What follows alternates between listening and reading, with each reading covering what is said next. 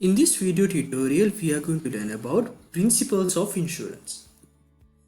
Principles of insurance ගැන කතා කරනකොට අපි මුලින්ම insurance එකක් කියන්නේ මොකක්ද කියලා බලන්න ඕනේ.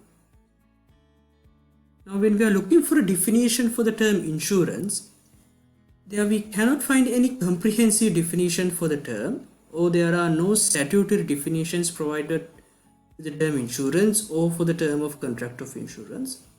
So when there is no comprehensive definition, we have to refer to the case laws to find out a definition for the term. Right?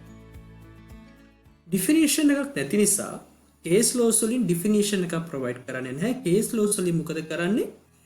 ඒ අදාළ term එකට දැන් මේකේ contract of insurance නම් contract of insurance එකේ තියෙන elements ටික identify කරගන්නවා.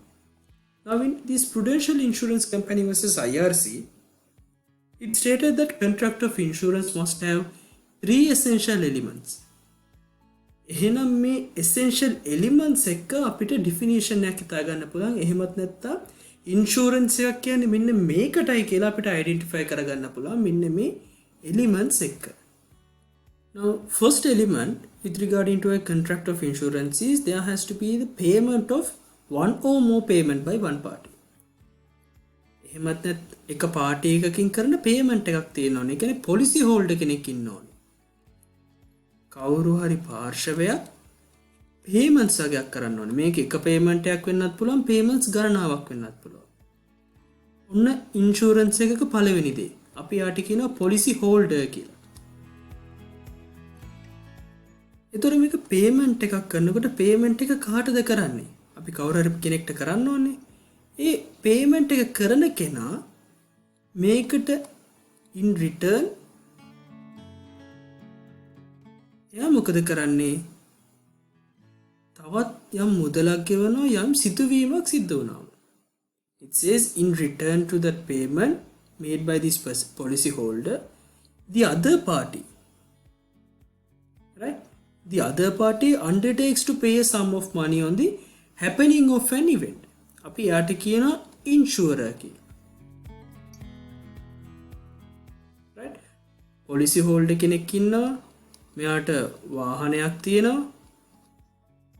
එයා මොකද කරන්නේ? මේ වාහනේ හැප්පුණොත් මට සල්ලි දෙන්න කියලා මෙයා යම් payment එකක් කරනවා. එතකොට in the event of happening of certain event, accident එක වුණාම අන්න එතකොට මෙන්න මේ other party එක insurer මොකද කරන්නේ? අර payment එක කරපු party එකට, ඒ කියන්නේ policy holder ට යම් money එකක් ගෙවනවා. එහෙමත් නැත්නම් යම් මුදල් ප්‍රමාණයක් ගෙවනවා. right? එතකොට දැන් අපිට definition එකක් insurance එකක් කියන එක ගැන පොඩි idea එකක් ගන්න පුළුවන්. එකක් policy holder කෙනෙක් ඉන්නෝනේ. අනෙක් තවත් insurer කෙනෙක් ඉන්නෝනේ. insurer කෙනෙක් policy holder කරන payment එකට in return යම් මුදලක් ගෙවනවා යම් සිදුවීමක් සිද්ධ වුණා. තුන්වෙනි element එක තමයි මේ event එක. දැන් වාහනයක් නම් accident කියන එක must be one which is adverse to the interest of the policy holder. මේක policy holder කැමති දෙයක් වෙන්න බෑ. එයාගේ interest එකට adverse වෙන්න ඕනේ. right? policy holder ට insurance කරන්න බෑ වාහනේ හැප්පුණේ නැත්තම් මට money ගෙවන්න කියලා. මට සල්ලි ගෙවන්න කියලා. insure කරන්න පුළුවන් policy holder ගේ interest එකට adverse දෙයකට. වාහනේ හැප්පෙන්නේ නැතු යනවා කියන එක interest එකට adverse දෙයක් නෙමෙයි. ඒක තමයි policy holder ට කරගන්න ඕනේ. damage එකක් නැතුව යන්න.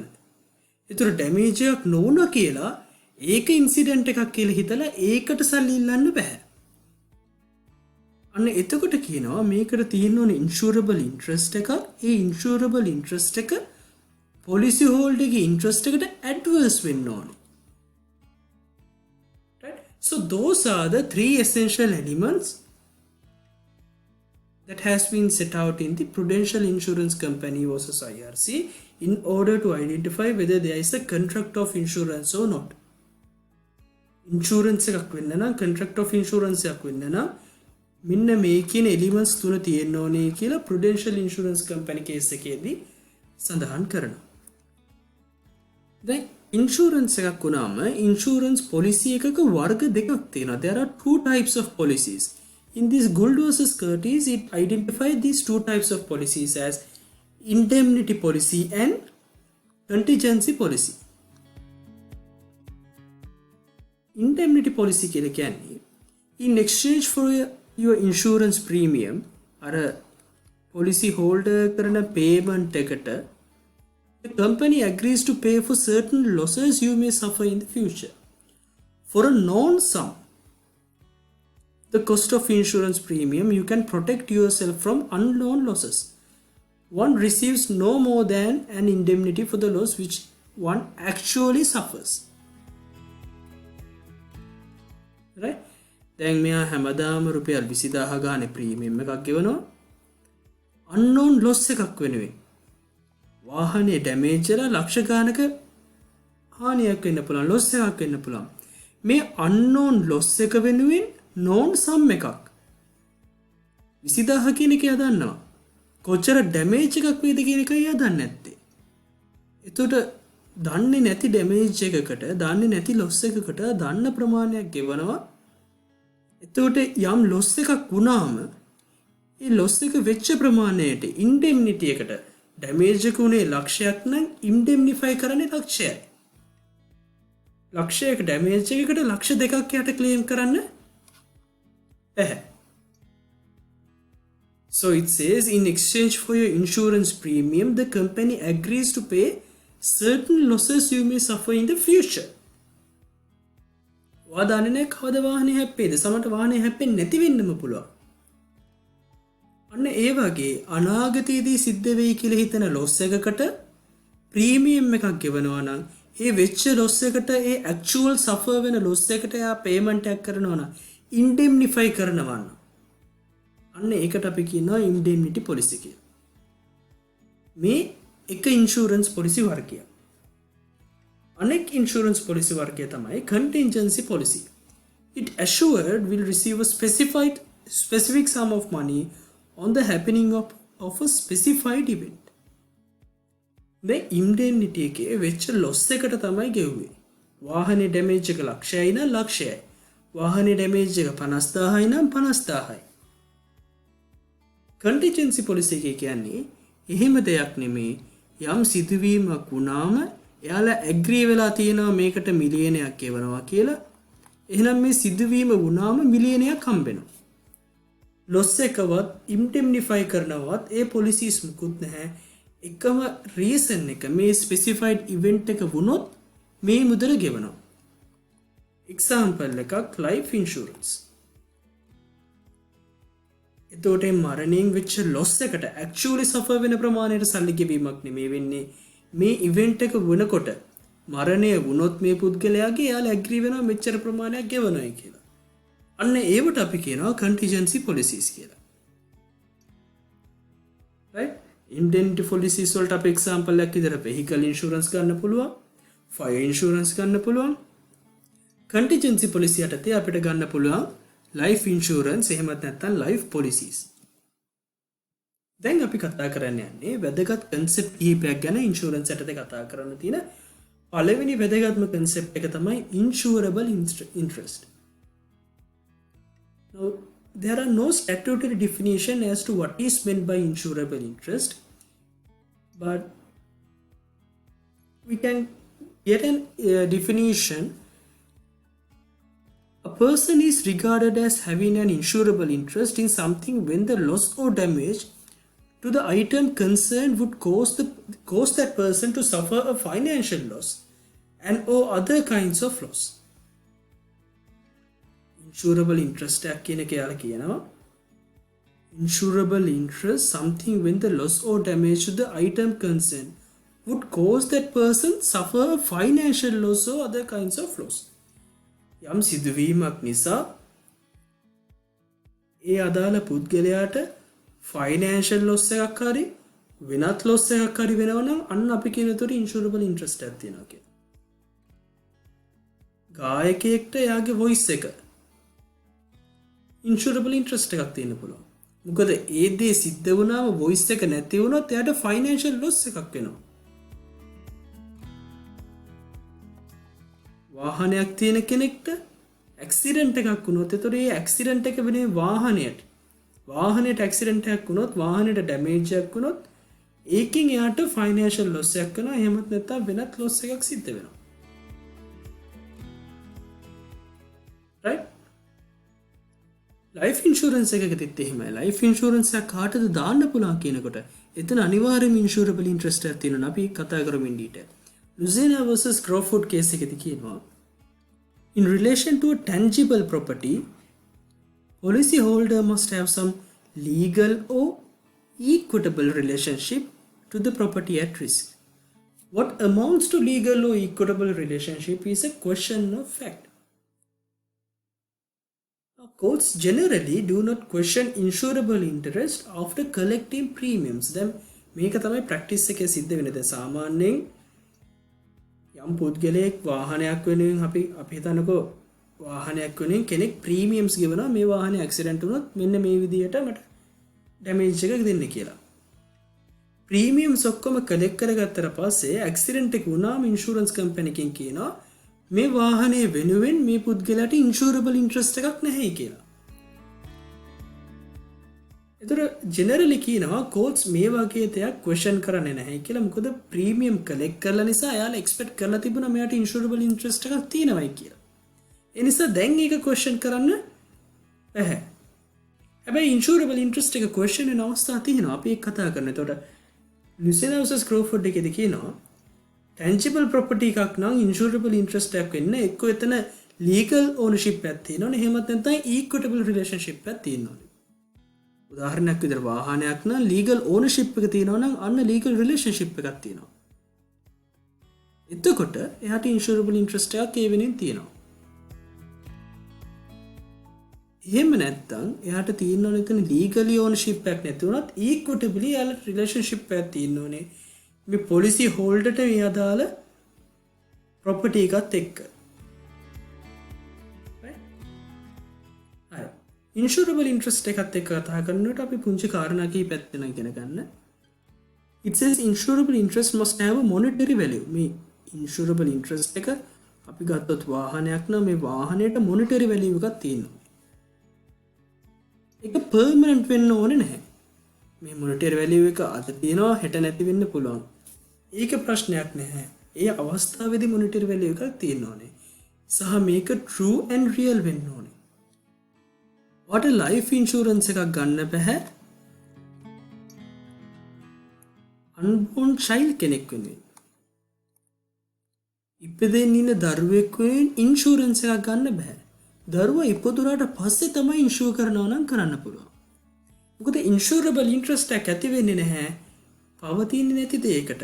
So it has to be real and it has to be true.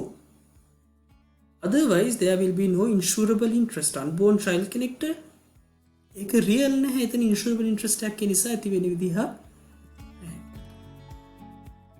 දැන් අපි බලනවා insurable interest එකක් නැත්තම් වාහනයක් insure කරනවා ඒකේ අයිතිකාරය නොවි දැන් damage එකක් වුණාම insurable interest එකක් නැත්තම් මොනවද වෙන consequences කියලා. Policies affected without an insurable interest are considered null and void. එහෙනම් දැන් කියනවා මෙතන ඉන්ෂුරන්ස් එකක් නැහැලු. null and void ලු තියෙන ඉන්ෂුරන්ස් එක. ඉන්ෂුරන්ස් එකක් නැත්තම් මොකද වෙන්නේ? No claim can be made thereunder. මේ damage එක සම්බන්ධයෙන් claim එකක් කරන්න බෑ. මොකද මෙතන දැන් ඉන්ෂුරන්ස් එකක් නැති නිසා. දැන් ප්‍රශ්නයක් එනවා. මට දැන් ක්ලේම් කරගන්නත් බෑ. හැබැයි මම මෙච්චර කාලයක් රුපියල් 20000 ගානේ ප්‍රීමියම් ගෙව්වා. අවුරුදු 3ක් මම ප්‍රීමියම් ගෙව්වා. 20000ක් හරි අදාළ මුදලක් යම් ප්‍රමාණයකට. මට මේ ප්‍රීමියම් එක ගන්න පුළුවන්ද දැන්? null and void නිසා මට ඩැමේජ් එකක් නැහැ. මගේ ප්‍රීමියම් එකක් නැහැ. Now the earlier approach with regarding to that recovering the premium paid if the insurer refuses to another policy. So the early approach is courts held the contract of insurance with lack of insurable interest is illegal. So the courts would not assist the policyholder even to recover the premium. Make it illegal. එහෙනම් මේක recover කරගන්න බෑ. මේක valid දෙයක් නෙමෙයි. ඒ නිසා ගෙවපු දේවල් recover කරගන්න බෑ. මෙතන කොන්ට්‍රැක්ට් එකක් නැහැ කියලා courts කියනවා. insurable interest එකක් නැති වෙලා null and void වුණොත් insurance එකක් premium collect කරගන්න බෑ කියලා.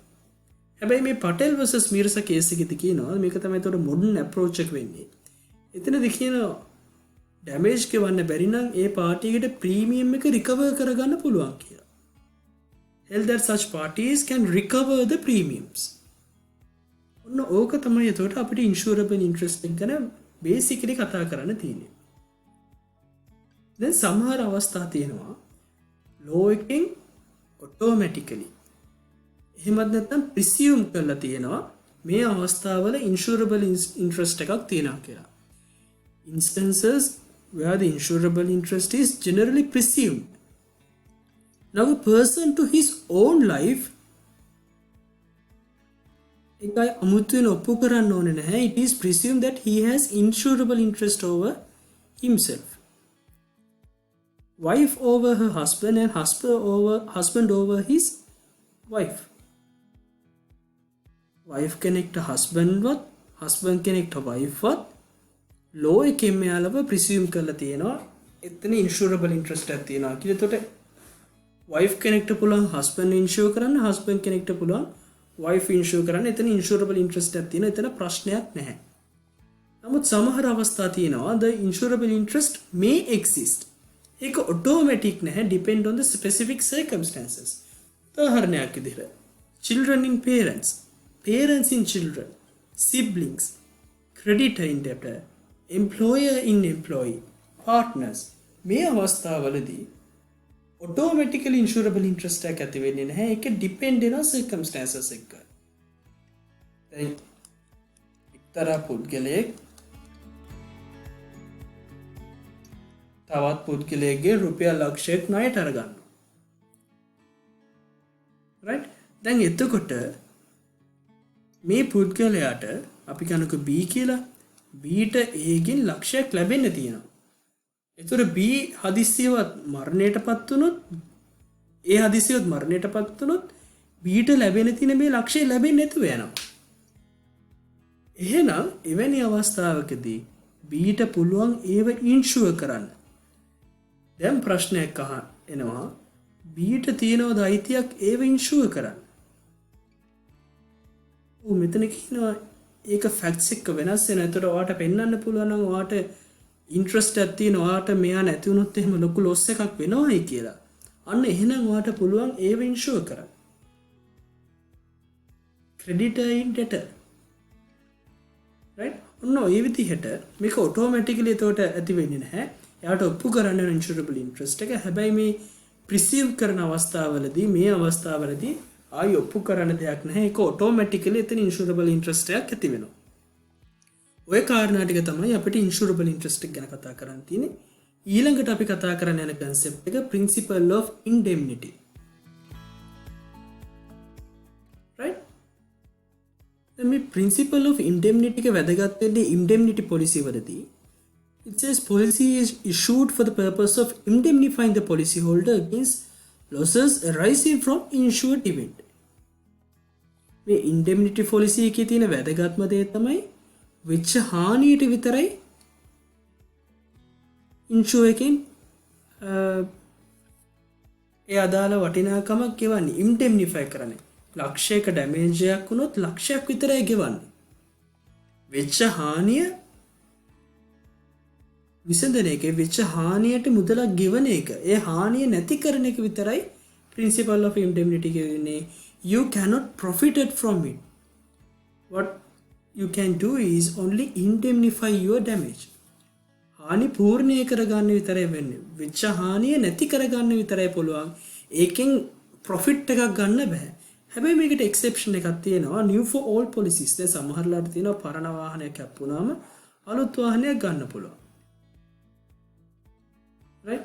ඒ වගේ policies තියෙනවා. අපි ඒක වෙනම කතා කරනවා. නමුත් එහෙම නැති වුණොත් basically general rule එක තමයි ප්‍රින්සිපල් ඔෆ් ඉන්ඩෙම්නිටි යටතේ එහෙමත් නැත්නම් ඉන්ඩෙම්නිටි පොලිසි එකකදී වෙච්ච ලොස් එක ඉන්ඩෙම්නිෆයි කරනවා ඇරෙන්න ඒකෙන් ප්‍රොෆිට් එකක් ගන්න බෑ ඒකෙන් ලාභයක් ලබන්න බෑ.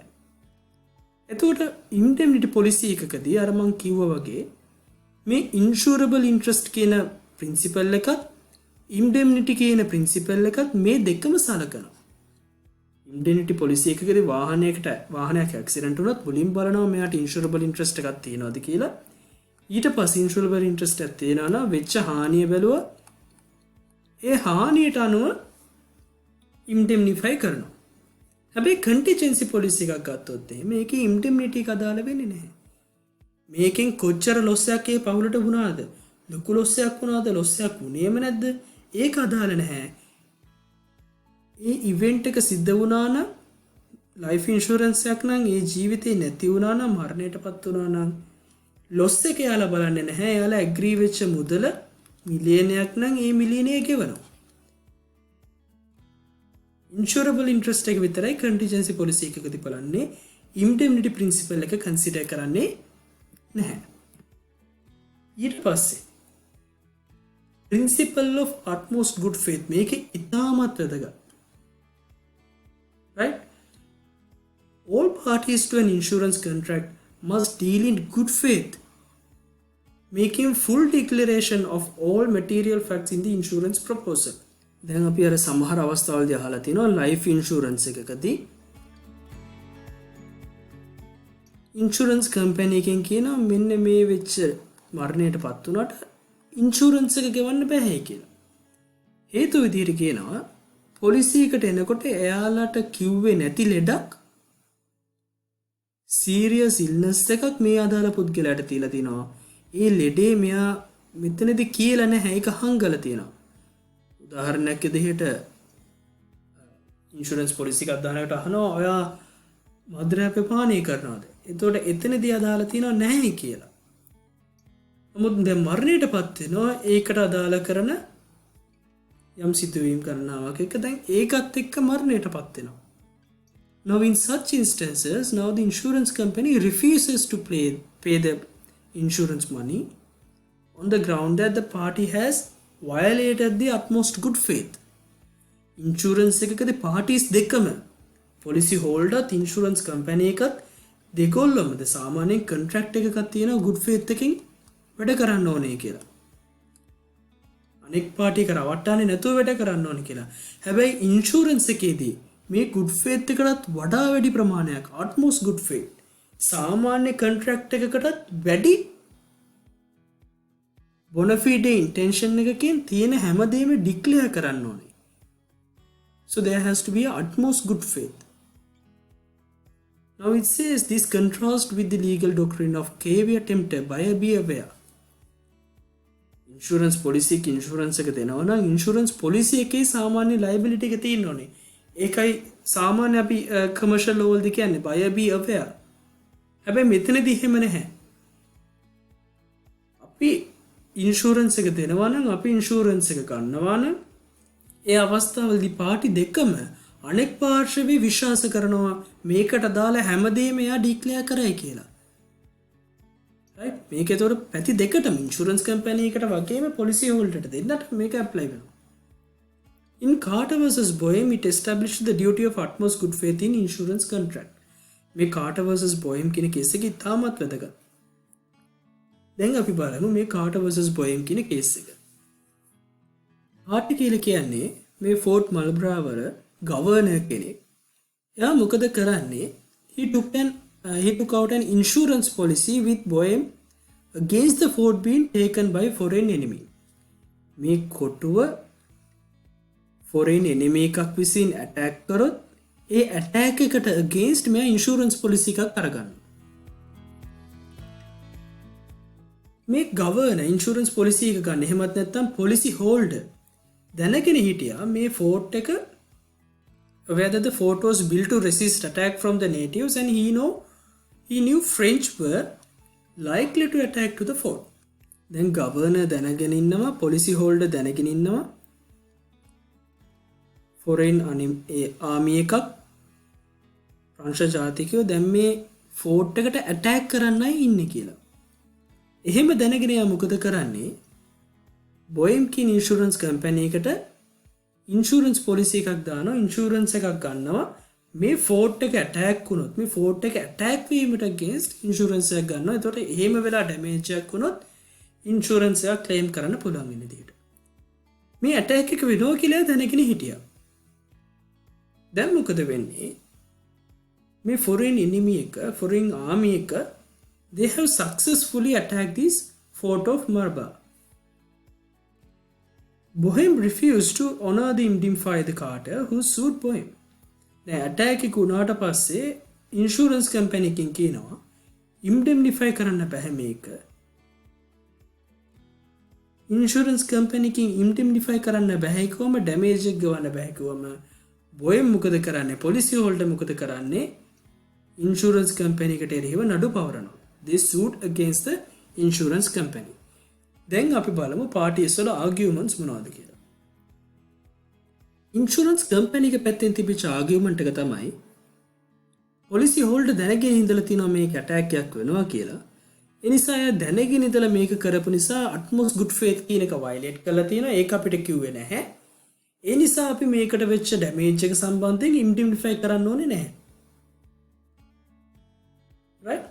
Now it says the proposer owed a duty of utmost good faith to the insurer. He was required to disclose all facts material to the risk. මේ රිස්ක් එකට අදාළ ෆෝට් එකට ඇටැක් කිරීම සම්බන්ධයෙන් අවශ්‍ය කරන හැම මැටීරියල් ෆැක්ට් එකක්ම ඩිස්ක්ලෝස් කිරීමේ utmost good faith එකක් තියෙනවා ප්‍රොපෝසර්ට. right? එතනදි තවදුරටත් කියනවා මේ ඉන්ෂුරන්ස් එකක් හැදෙන්නේ ස්පෙකියුලේෂන්ස් එක. Insurance is a contract based on speculations. ඒ මිනිස්සුන්ගේ requirements එක කියන දේවල් එක්ක තමයි insurance contract එකක් ඇති වෙන්නේ.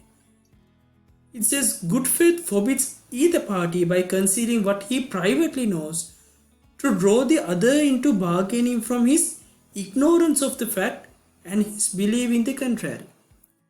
යම් කිසි කරුණක් conceal කරනවා නම් අනිකුත් පාටි එක bargain කරන්නේ මේ කරුණ නොදැන නම් අන්න එතන යම් ගැටලුවක් ඇති වෙනවා කියලා ලෝඩ් මැන්ස්ෆීල්ඩ් කියනවා. right? ඒ පොලිසි හෝල්ඩර් විතරක් දන්න දෙයක්. අපි ලයිෆ් ඉන්ෂුරන්ස් වල කතා කරත් ඒකමයි. එයා විතරක් දන්න ලෙඩක් තියෙනවා. ඒක ඉන්ෂුරන්ස් කම්පැනි එක දන්නේ නැහැ. ඉන්ෂුරන්ස් කම්පැනි එක එහෙම ලෙඩක් තියෙනවා කියලා දන්නවනේ එයාලට පුළුවන් ප්‍රීමියම් එක වැඩිපුර ඉල්ලන්න. මොකද එතකොට රිස්ක් එක වීමේ හැකියාව වැඩි. ඒ ගැන දන්නේ නැතුව කරනවා නම් එයා බාගේන් කරන්නේ අර හංගන කරුණ නොදෙන. අන්න එතකොට මේ අට්මොස් ගුඩ් ෆේත් කියන එක පිළිබඳව යම් ගැටලුවක් ඇති වෙනවා කියලා කාටර් ලෝඩ් මැන්ස්ෆීල්ඩ් කියනවා. හැබැයි මේක තවදුරටත් කතා කරනකොට කියනවා either party may innocently silent as to the grounds open to both. දැන් මේ ෆ්‍රෙන්ඩ්ස්ලා මේ ෆෝට් එකට ඇටැක් කරනවා කියන එක පොලිසි හෝල්ඩර් විතරක් නෙමේ ඉන්ෂුරන්ස් කම්පැනි එකක් දැනගෙන හිටියා නම් පාර්ටි එකට පුළුවන් මේ ගැන ඉනසෙන්ට්ලි සයිලන්ට් එක නේ නොකිය හිටියා කියන එක ඒක වැරද්දක් වෙන්නේ නැහැ. දැන් උදාහරණයක් විදිහට ඒ කාලේ තිබිච්ච පොලිටිකල් බෑග්ග්‍රවුන්ඩ් එකත් එක්ක රටේ ඉන්න ඕන මිනිස්සෙක් දක්නා ප්‍රංශ ජාතිකයෝ දැන් මේ ෆෝට් එකට ඇටැක් කරන්න ඉන්නේ. එතකොට එහෙම ඇටැක් කරන්න ඉන්නේ කියලා හැමෝම දන්නවා නම් ඒක ජෙනරල් ස්පෙකියුලේෂන් එකක් නම් හැමෝම දන්න දෙයක් නම් publicly known fact එකක් නම් එවැනි අවස්ථාවකදී පොලිසි හෝල්ඩර් ආයි අමුතුවෙන් ඒක කියන්න ඕනේ නැහැ. The insured need not mention what the underwriter ought to know. එයා දැනගත යුතු කාරණාවක්. දැන් පොලිටිකල් බෑග්ග්‍රවුන්ඩ් එකේ ඕක තියෙනවා නම් ආයි අමුතුවෙන් එයාට ඒක කියන්න ඕනේ නැහැ. He needs not to be told general topics of speculation. සාමාන්‍යයෙන් ඕන මනුස්සෙක් දන්න දෙයක් ආයි අමුතුවෙන් කියන්න ඕනේ නැහැ. Now court held in favor of the policyholder. Insurance company එකෙන් ගෙවන්න බෑ කියනවා. නමුත් court එක policy holder එක පැත්තට judgment එක දෙන්නේ. මේකට ground එක විදිහට දානවා. Insurer knew or ought to have known the risk existed as the political situation was public knowledge. Courts කියනවා ඉන්ශුරන්ස් කම්පැනි එක එක්කො මේක දැනගෙන ඉන්න ඕනේ. එයා එහෙම නැත්තම් ought to have known. එක්කො දැනන් ඉන්න ඕනේ. එහෙමත් නැත්තම් එයා අනිවාර්යයෙන්ම දැනගත යුතු කාරණාවක්. මොකද මේ පොලිටිකල් සිටුේෂන් එක පබ්ලික් නොලෙජ් එකක්. ඒක ජෙනරල් ස්පෙකියුලේෂන් එකක්. There was not a word said to him of the affairs of the India or the state of the war there or the condition of Fort Marlborough. If he thought that omission and objection at the time, he ought not to have signed the policy with a secret reserve in his own mind to make it void. එයාට මේ ගැන ප්‍රශ්නයක් තිබුණා නම් දැන් ෆ්‍රෙන්ච්ලා attack කරන්න ඉන්නවා කියලා දැනගෙනම එයා ඒක එක්ක ඔය වෙලාවේ අහන්න ඕනේ. එහෙමත් නැත්නම් එයා ඒක දැනගෙනමයි මේක සයින් කරන්නේ. එහෙනම් මේ රිස්ක් එක පිළිබඳව එයා දැනුවත්. ඒතර අට්මොස් ගුඩ් ෆේත් එක යටතේදී අපි තියෙන හැමදේම කියනවා කියන එක නෙමෙයි වැදගත් වෙන්නේ. ප්‍රයිවට්ලි නෝන් දෙයක් කියන එකයි වැදගත් වෙන්නේ. ජෙනරල් ස්පෙකියුලේෂන් එකක් නම් පොදුවේ එයා දන්න දෙයක් නම් ආයි අමුතුවෙන් කියන්න ඕනේ නැහැ. ඒක ගැටලුවක් වෙන්නේ නැහැ ඉන්ෂුරන්ස් එක ක්ලේම් කරනකොට. right? ඊට පස්සේ breach of duty of disclosure සම්බන්ධයෙන් තියෙන remedies ගැන කතා කරනකොට when one party breach the duty, other party may void the contract. So that is the only remedy available if one party breach the disclose utmost good faith or something like that. The innocent party may void the contract. එයාට පුළුවන් මේ contract එක අයින් කරන්න.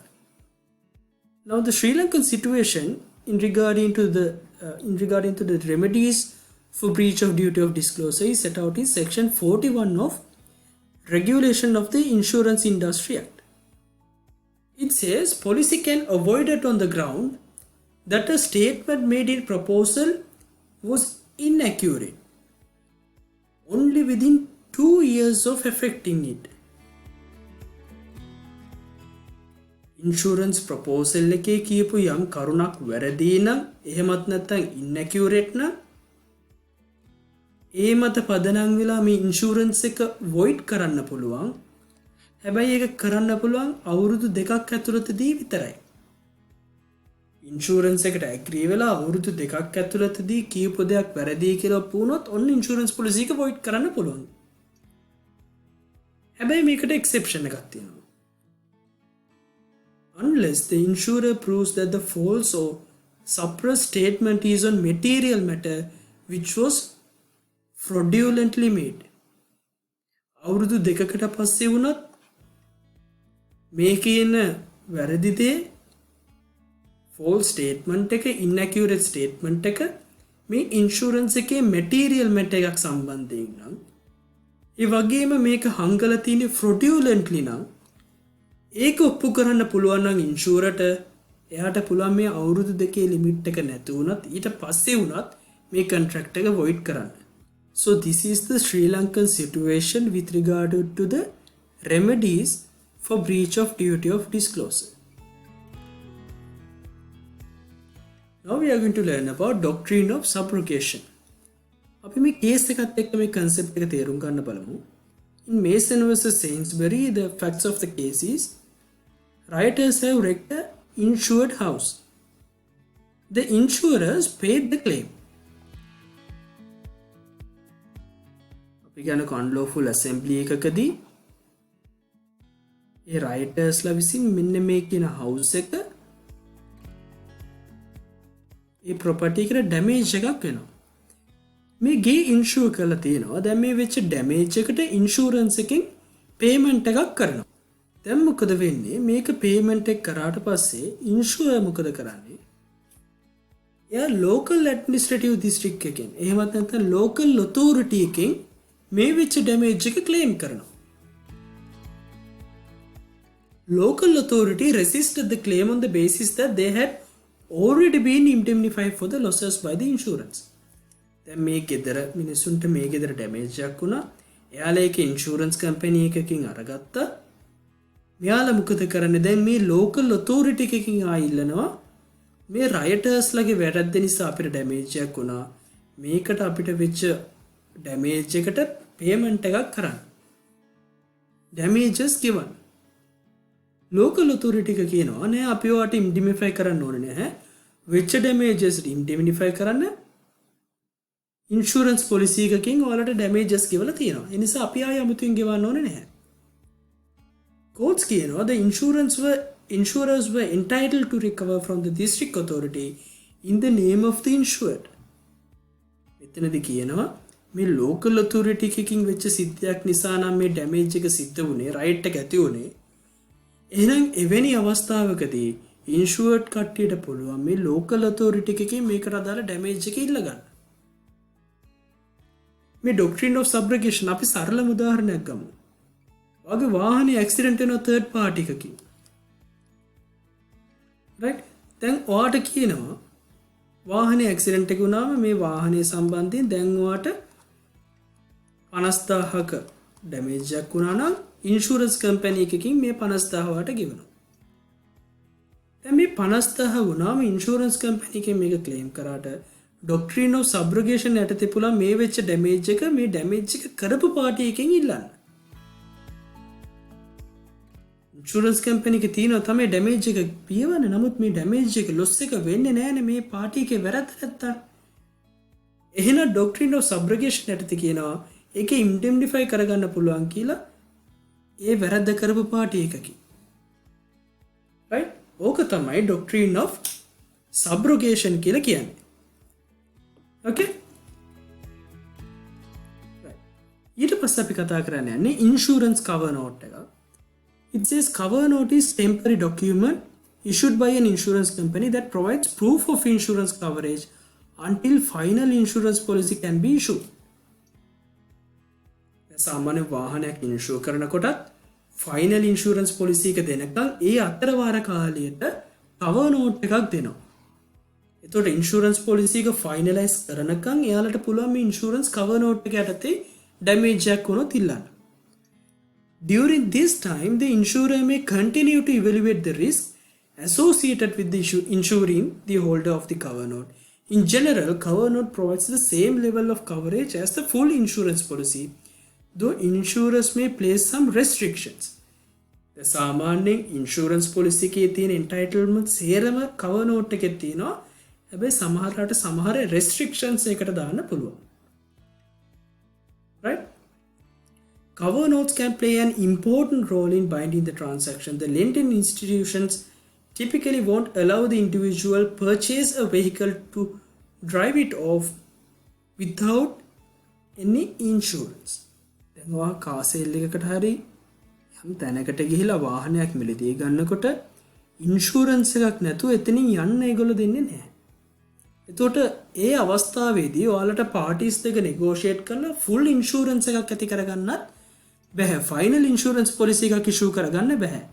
එහෙනම් ඒ අවස්ථාවේදී final insurance police එකක් ඇති කරගන්නකම් ඉන්ෂුරන්ස් කම්පැනි එකෙන් ඉෂුව කරනවා ඉන්ෂුරන්ස් කවර් නෝට් එකක්. ඕක තමයි ඉන්ෂුරන්ස් කවර් නෝට් එකක් කියලා කියන්නේ. ෆයිනල් ඉන්ෂුරන්ස් පොලිසි එක ඇති කරගන්නකම් ටෙම්පරරි දෙන නෝට් එකට තමයි ඉන්ෂුරන්ස් කවර් නෝට් කියලා කියන්නේ. ඊට පස්සේ තියෙනවා රීඉන්ෂුරන්ස් කියලා concept එකක්. Reinsurance is insurance for insurance companies. දැන් මේක ගොඩක් දුරට වෙන්නේ damage එක එහෙම නැත්නම් loss එක වැඩි property සම්බන්ධයෙන්. අපි උදාහරණයක් විදිහට නැවක් ගත්තොත් මේ නැවට යම් හානියක් වුණොත් ඒ කම්පැනි එකට දරන්න වෙන loss එක වැඩි. වාහනයක් ඇක්සිඩන්ට් වුණා වගේ නෙමෙයි නැවක ඇක්සිඩන්ට් එකකදී damages pay කරන්න. ඒ නිසා මේ නැව සම්බන්ධයෙන් යම් ඉන්ෂුරන්ස් කම්පැනි එකකට මේක ඉන්ෂුර් කරොත් මේ ඉන්ෂුරන්ස් කම්පැනි එක විසින් ඒ ඉන්ෂුරන්ස් එකම තවත් ඉන්ෂුරන්ස් කම්පැනි එකකට ඉන්ෂුර් කරනවා. ඒකට තමයි අපි කියන්නේ රීඉන්ෂුරන්ස් කියලා. මේකට හේතුව වෙන්නේ lower their risk. දැන් මේ කම්පැනි එකට තනියම දරන්න වෙනවා. එක සැරේට මිලියන ගානක ඩැමේජ් එකක් දරන්න වෙනවා. එහෙම වුණොත් ඒ කම්පැනි එකට ඒ රිස්ක් එක එකපාරට දරන්න බැරි නිසා එයාලා මොකද කරන්නේ? තව පාටි එකකට ඒ රිස්ක් එක දෙනවා. right? එතකොට මේකට reasons වගේක් තියෙනවා. to limit liability on a specific risk. එයාලට තියෙන liability එක limit කරගන්න reinsurance එකක් කරනවා. තව එකක් තමයි to stabilize loss experience. loss එකක් වුණොත් ඒ loss එකෙන් එයාලගේ අනිකුත් business නැති වෙන වලට ඉෆෙක්ට් එකක් නොවන විදිහට ඒක ස්ටේබලයිස් කරගන්න පුළුවන් වෙනවා මේ ඉන්ෂුරන්ස් එක තවත් කට්ටියකට දුන්නොත්. And also to protect themselves and the insured against catastrophes. And finally to increase their capacity. The සමහර වෙලාවට මේ නැව ඉන්ෂුර් කිරීම සම්බන්ධයෙන් ගෙවන්න වෙන ඉන්ෂුරන්ස් පොලිසි එක දරා ගන්න බෑ මේ කම්පැනි එකට. ඒතකොට කැපැසිටි එකක් නැත්තම් එයාලට පුළුවන් තවත් කම්පැනි එකක් එකතු කරලා රීඉන්ෂුර් කරලා අර එයාලට නැති වෙලා තියෙන amount එක ඒ රීඉන්ෂුරන්ස් එක යටතේ ක්ලේම් කරගන්න. right? ඔන්න ඕක තමයි රීඉන්ෂුරන්ස් ගැන තියෙන අපිට in detail එක ගැන ඉගෙන ගන්න දෙයක් නැහැ. නමුත් basically ඉගෙන ගන්න ඕනේ වැදගත් කාරණා කිහිපයක් තියෙනවා principles of insurance යටතේ විශේෂයෙන්ම අර අපි කතා කරපු concept කිහිපය හොඳට මතක තියාගන්න ඕනේ. ඊට අමතරව subrogation ඔය ආදී concept එකත් එක්ක ඔයාලට idea එකක් ගන්න පුළුවන් principles of insurance සම්බන්ධයෙන්. theory ප්‍රශ්න බොහෝ දුරට ඔයාලගෙන් අහනවා. ඒ නිසා හොඳට පාඩම් කරන් ගියොත් මේකට හොඳ හකුණක් ගන්න පුළුවන්. මොන හරි ගැටලුකාරී තැනක් තිබ්බොත් ඔයාලට පුළුවන් අපේ 24/7 student care service එක කරා ඒ ගැටලු අපි වෙත යොමු කරන්න.